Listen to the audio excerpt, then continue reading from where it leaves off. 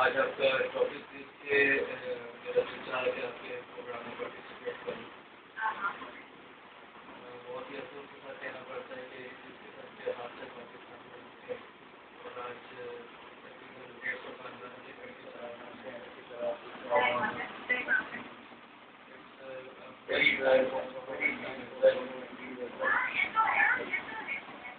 The thing is that there should always have some kind of protective and proactive measure from government and the CA authority or the environment authority or the local agencies or the local airlines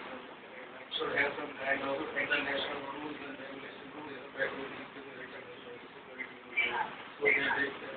destruction or the major destruction will not happen in future. ये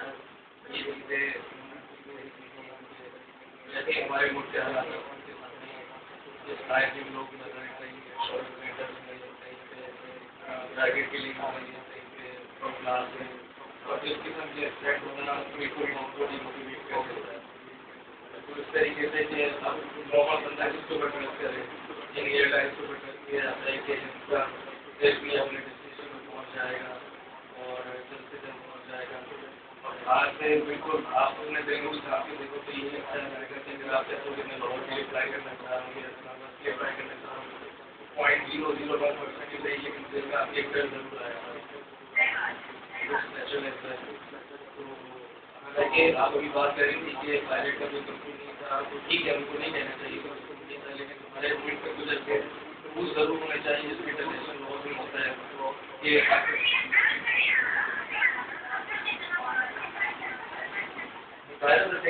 कि आपने शायद देखा नहीं कि जब यहाँ में कोई फ्लाइट अगर लैंड करती है अगर आप यहाँ से टेक ऑफ करते हो तो आप कंफर्मेशन लेते हो फ्रॉम द डेस्टिनेशन आपके डेस्टिनेशन पे कंफर्मेशन थी कि हाँ जी you can land that's why flight ने टेक ऑफ किया। दूसरी बात ये कि जो पायलट का जो ये चला भी रहता है उनको कुछ कह नहीं रहा लेकिन ही रीचिंग अराउंड 52 ईयर्स ठीक है ना। International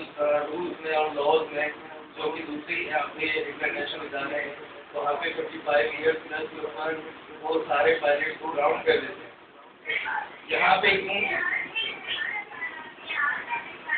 it's not weakness it's पैसा it's money you know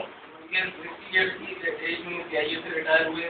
air वालों ने कहा यार इनको 70-80 लाख सवा लाख 1.5 लाख में इनको हायर करके मतलब मैं सिर्फ नाम नहीं लेना चाहता कोई भी एयरलाइन है कोई डोमेस्टिक एयरलाइन हो वो करते ही ये कि सीआईए जितने भी ओल्ड एजेड अपने पीपल्स होते हैं वो लोग जैसे ग्राउंड होते हैं या वो रिटायर होते हैं तो उनको कम पैसों का हायर करके 150 लोगों का रिस्क ले लिया। अब बताओ कि 150 खानदान जिनके घर में आज जैसे स्मोक की बिना खाएंगे तो उनके घर पे आज सब ऐसा बिछी हुई आगे बताओ उनके घर उनके आंखों का जवाब कौन देगा। ठीक है ना। हम उस पायलट को कुछ नहीं कह रहे हम कह रहे हैं कि हमारे मुल्क में लॉज ऐसे होने चाहिए रूल्स ऐसे होने चाहिए कि ऐसा इंसिडेंट या ऐसा इतना बड़ा करना दोबारा ना हो।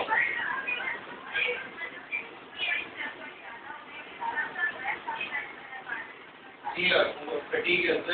मैंने तो यहाँ तक सुना है कि मैंने काफ़ी इसके बारे में जानकारी हासिल करने की कोशिश की। यहाँ तक सुना है कि he was a very good Muslim as well और रात में उन्होंने इबादत भी करी और he was not clear for the last 26 hours as well. वो काफ़ी फटीग रहते काफ़ी जो है पायलट थे रात के तो फिर उन्होंने रात सुबह 5 बजे बगैर सोए वो घर से निकलता है एक बंदा दैट वजह फटीग होती है और इसी स्टेज में जाके एट द एज ऑफ 52 ये स्टेज में आप समझ सकते हो कि 36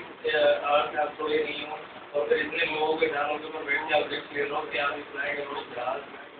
150 लोग आपको ऊपर डिपेंड कर रहे हैं टोटली।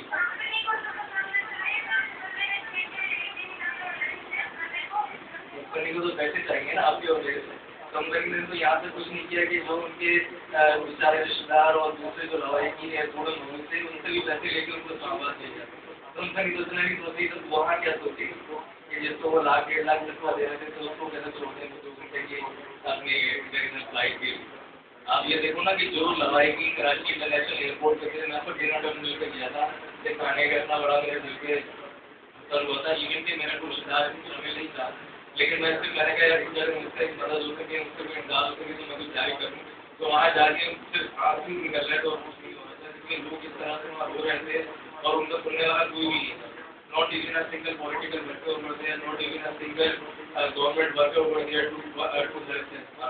बिकॉज कि वहाँ भी वो लोग अपनी पैसा खर्च करके खुद अपने पैसों से टिकट खरीद रहे थे और जिस तरीके से भीख मांग रहे थे कि लोग वहाँ जो खड़े हुए थे जिनको फ्लाइट सिस्टम को चुनाव की उनसे कह रहे थे कि खुदा के वास्ते आप हमें अपना टिकट दे दें या हमें खुदा के वास्ते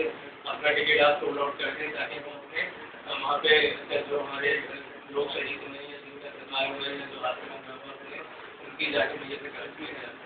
इवन यहाँ तक तो किसी ने सोचा नहीं। आप क्या बात कर रहे हो कि हम AF2 वाले के दूसरे कोई तो बच्चे के लाइन वाले सोचेंगे पायलट को रेस्ट में, पायलट को रेस्ट देना तो बहुत दूर बात है, वो तो उनका एम्प्लॉई है। जब इतना बड़ा थाना हो गया तब भी आपने उनके घर वालों के लिए कुछ नहीं सोचा, not even from the government official. यहाँ पे सारे बड़े बड़े वजीरा, सारे बड़े बड़े वजीर हेलीकॉप्टर में बैठ के तो उन्होंने मंदिर देख लिया, लेकिन उनके घर वालों के बारे में नहीं सोचा कि ये इंसिडेंट अगर अमेरिका में हुआ होता या यूरोप में हुआ होता तो आप बताओ क्या क्या उनके घर वालों के लिए क्या कुछ नहीं किया जाता। और आज मैं टीवी देख रहा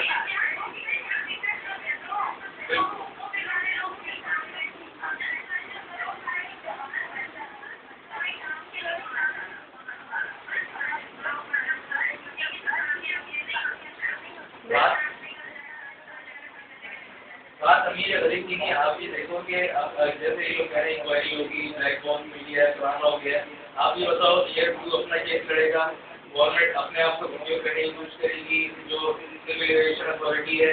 जो अपना एयर ट्रैफिक कंट्रोल है वो अपने आप को बचाने की कोशिश करेगी। आप मुझे किसी बात का जवाब दे दो इस प्रोग्राम के थ्रू। मैं पूरे पाकिस्तान से कहना चाहता हूँ कि 150 खानदान के लिए कौन खड़ा होगा? There is not a single person friend of them. उनका केस कौन लड़ेगा? अगर ये चीज़ अमेरिका में हुई होती, आज जब ये एयर फ्रांस का बहुत बड़ा एक खाने हुआ था आज से तकरीबन 13 साल पहले, तो वहाँ पे हर